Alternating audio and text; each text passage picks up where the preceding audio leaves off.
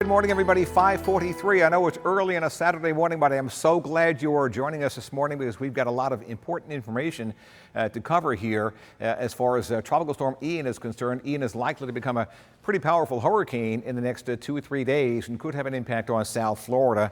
Tropical Storm Ian satellite looking down from outer space. There's that big red spot there just to the south of Haiti and Jamaica, and moving off to the west still at about 14 miles an hour or so. The 5 o'clock advisory is in. Top winds are 45 miles an hour, and it's moving off to the west at 14. Hasn't made a bit of a turn yet, which is good news for the Dominican Republic and Haiti and also Jamaica. It looks like it may skirt just south of there and far enough away where they may get brushed by with tropical storm conditions in the days ahead, and no direct hits from a hurricane there. So that's certainly good news as far as they're concerned. By the way, in case you're wondering about places like the Dominican Republic and Puerto Rico, they're in the clear. This is well past there, so they're not going to get that 1-2 punch after coming off the Hurricane Fiona just a little while ago.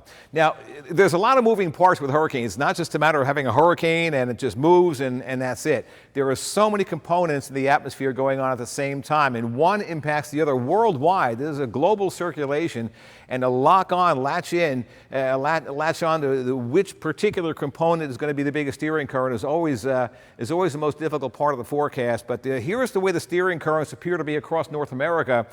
There is going to be a big trough of low pressure over the Great Lakes. We're getting into that time of the year now where cold fronts start impacting the northern U.S., and there is going to be one up that way. This is Tuesday at 4 o'clock in the afternoon. Look at how deep down to the south this trough digs or pushes down to the south, and that's where the hurricane is going to be, right about there. Now, typically what happens is these troughs, they're like hurricane repellent. They kind of deflect these things out to sea.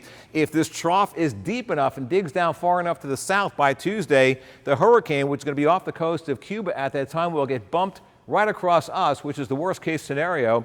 If the trough goes by, what we call misses, it's not going to pick up the hurricane will have its own steering currents and just kind of move up toward the Panhandle and maybe the northern Gulf Coast. Bad for them, but a better scenario for us. So again, a lot of moving parts in here. That's why we don't really know yet how deep this thing is going to dig on down, whether it's going to be good news or bad news for us. That's just one thing we're watching in this overall mess of a forecast here. Tropical Storm Ian right now has got a tropical storm watch out for Jamaica, a hurricane watch out for the Caymans, but no other advisories in effect just yet. But they're going to be coming in the days ahead. It's expected to make a slow and then a more dramatic turn more to the north and become maybe a Category 3 hurricane sometime on Wednesday morning as it heads toward the Florida west coast. We're still in the error cone.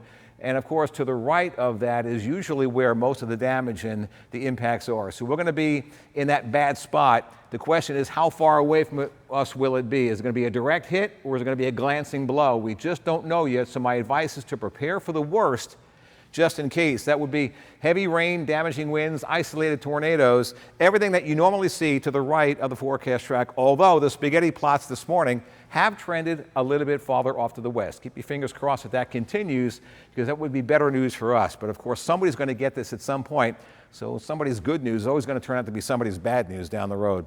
Showers and storms today. Temperatures right around 87 degrees. I'm going to watch what happens in the days ahead. By the way, the rain we're seeing today and tomorrow has nothing to do with the tropical storm. We've got a stationary front just kind of stuck over us. Good chance of scattered showers and storms today, tomorrow, Monday. Then we've got Tuesday and Wednesday highlighted for possible impacts from a tropical storm or a hurricane.